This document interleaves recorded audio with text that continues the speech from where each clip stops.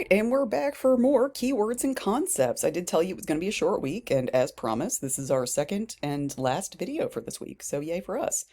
We have some more terms from our friends over in the folklore field that we're going to be using this week, and I want to make sure everybody is on the same page with these before we get started.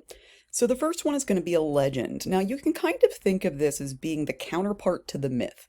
So whereas the myth explains something that maybe we didn't understand where it came from, or every group kind of came up with a different answer, a legend does take its basis in some sort of fact, in some sort of historical tale or fact that is true, right? And there's lots of examples of these. And it can also refer to like the genre of a tale or derivatives of that tale. So what do we mean by that, right?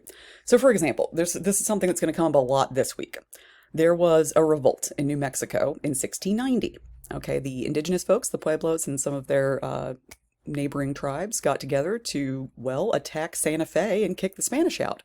And they were successful. People fled. They didn't get back to Santa Fe for a while. And when people fled, it generated so many stories, right? Because you have all these Spanish people who just started doing things out there. Nobody really knows what they were doing out there. So we start getting all these stories. We get stories that they attacked because the Spanish were getting close to a gold mine. We get stories that they were getting attacked because the Spanish were getting close to a gold hoard of some kind, right? We hear stories about Spaniards fleeing but burying treasure before they go so they can come back and get it. Right? There's all this stuff. There's all this information that we know happened, but then there's all these things we don't know happened. We don't know what happened to those things, right? Where was all that property? Where was all that money? Where was all that gold that was out there that isn't anymore? And so from that one single historical fact, that one thing that did occur, we have gotten hundreds of stories, hundreds and hundreds and hundreds of stories about buried treasure, buried mines, secret, maps, all the things, right? It's all that entire genre of treasure hunting, right? Very popular now.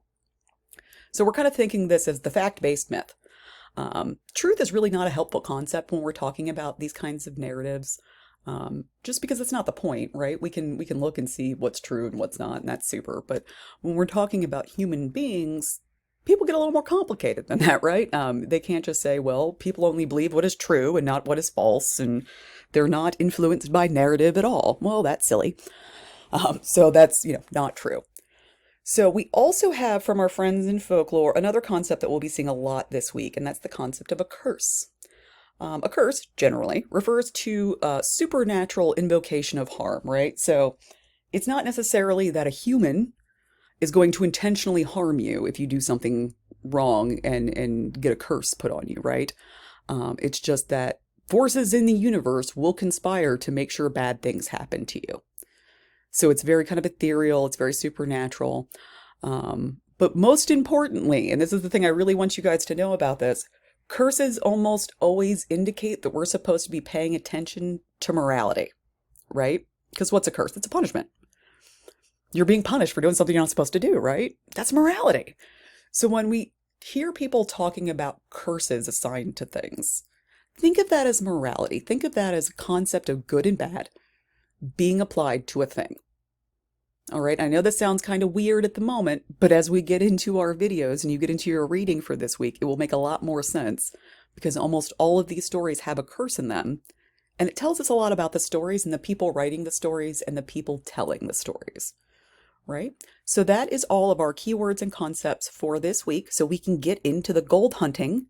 Yay! I will see you guys in the next video.